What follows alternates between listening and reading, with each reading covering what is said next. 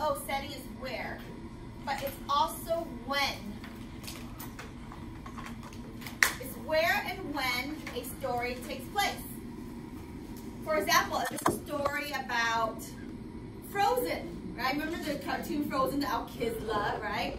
Where does the story take place? This make-believe place called Arendelle, in a castle, because they're princesses, right? So, when, right? Maybe like in the 1800s or something. So every story, every movie, it tells you where the setting is. All right? When it took place, where it took place. That's what setting is. Every story, every play, every movie, even poems. Some poems, not all, they do have settings. Okay? Stories can use many kinds of settings. So today, we're going to go over specifically the different kinds of settings. Realistic settings. Okay, realistic settings are like the real world, not like Frozen in an imaginary world. Okay, Frozen is the opposite of realistic setting. Okay, it's not realistic. So any movie or any story or any play that happens in the real world. What's the real world? Like today, modern world. We call it modern world.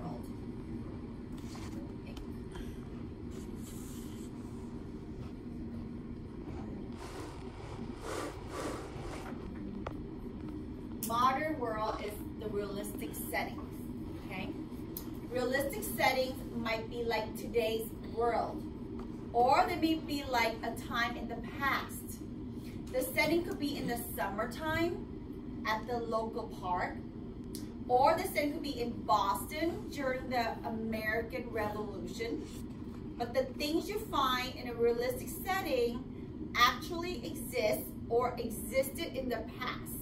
Okay, it doesn't have to be 2019. It could be 1920, 1960, but it happened before. So a realistic setting is just a setting that means that the story takes place in the realistic, place, a realistic time. It's not make-believe. Fantastic settings may have some real-world parts, but they also have pretend parts. Pretend means imaginary. For example, you may tell your children a fairy tale.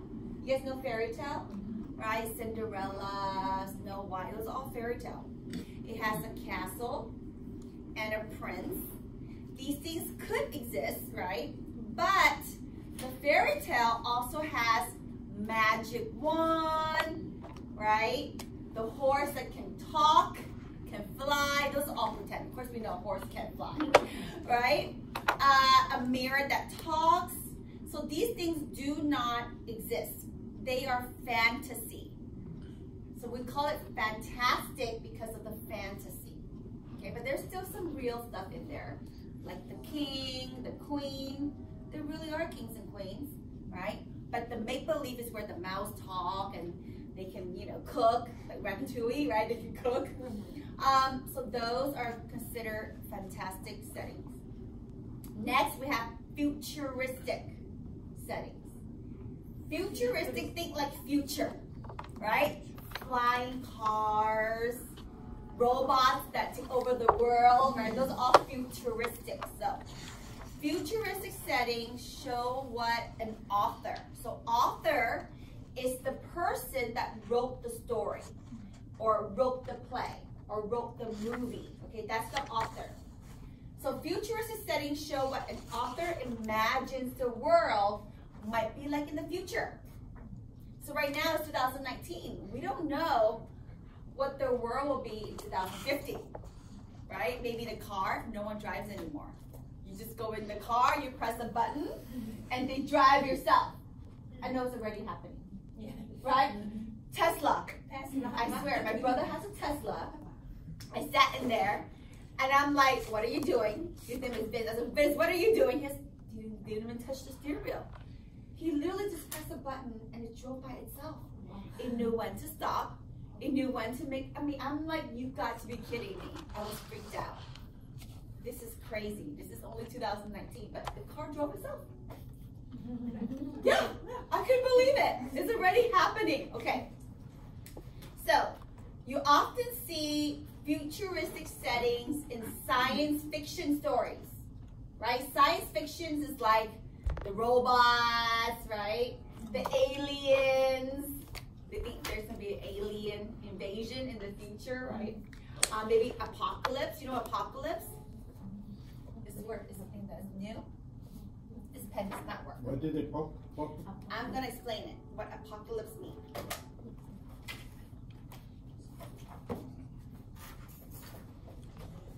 Apocalypse means end of the world. You know end of the world? Oh. That's when like either a meteor is going to hit Earth or aliens take over or zombies. You guys know zombies? The scary people that eat zombies. Like at the end of the day? Yeah, like end of day, yeah. All those movies about end of the day, end of the world. Yeah, apocalypse. Right, I'm sorry, I forgot the P. Apocalypse. The end of the world. End of the world. That's future. Okay, right now we don't have anything to worry about, right? Besides global warming. That's a big problem. So futuristic setting, something's gonna happen in the future, right? And most of these stories and movies are about sci-fi, okay? Science fiction. Again, remember, last week we talked about fiction, non-fiction. Yeah, which one is real? Which one is real, which one is not real? Non-fiction, real. Fiction, not real. Okay? So Frozen is definitely fiction, right? Not real. Okay. They might feature cars that float. Float means fly. Houses that clean themselves. We already have that. Right? That, you know the robot? Roomba or iRobot? It cleans itself. My sister-in-law has it. And her house is always clean. So it works. It does work. I need to buy one, but it's a little expensive. But yeah, it just goes. It knows. Like when it's something, it just goes. And it's the color. The color? Oh, the corner. They can do it. I don't know how they do it. You hit it and it goes. They have a circular. It's circular. It's all parts of the house is clean. It's amazing.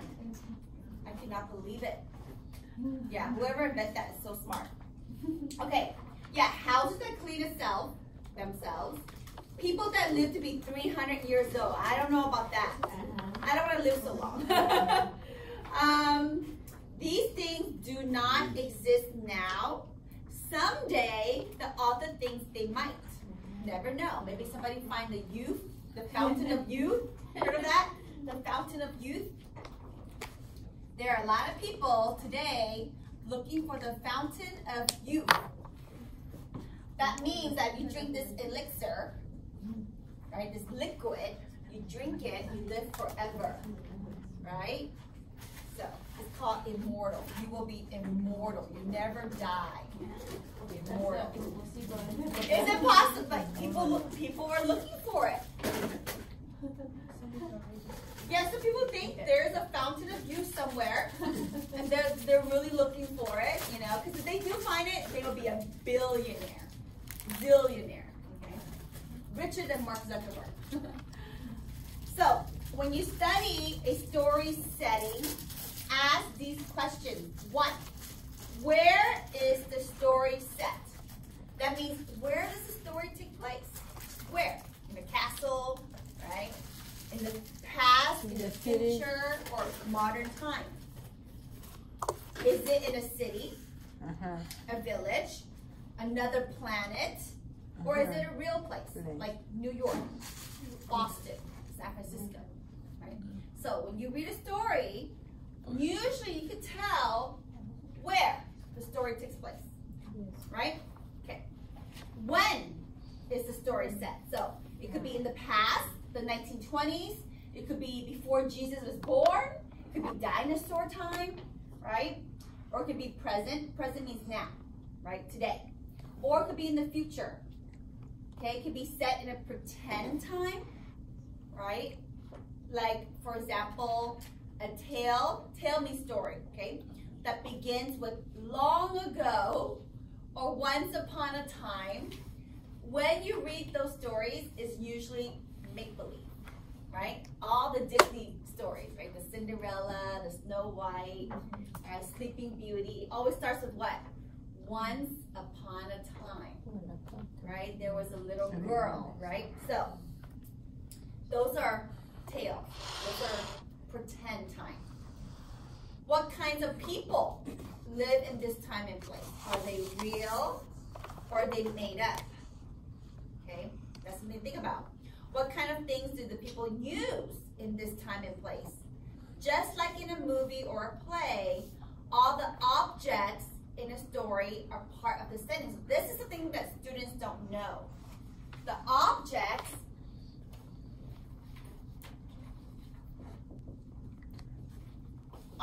are also part of a setting. You don't know that, right? Objects means things. Cars, microwave. If it's the 1800s, there's no microwave, right? So the Roomba, right, the robot cleaning machine, they don't have that in the 20s or 60s. So the objects also kind of gives away the setting. Setting. Yeah. Remember, setting is place.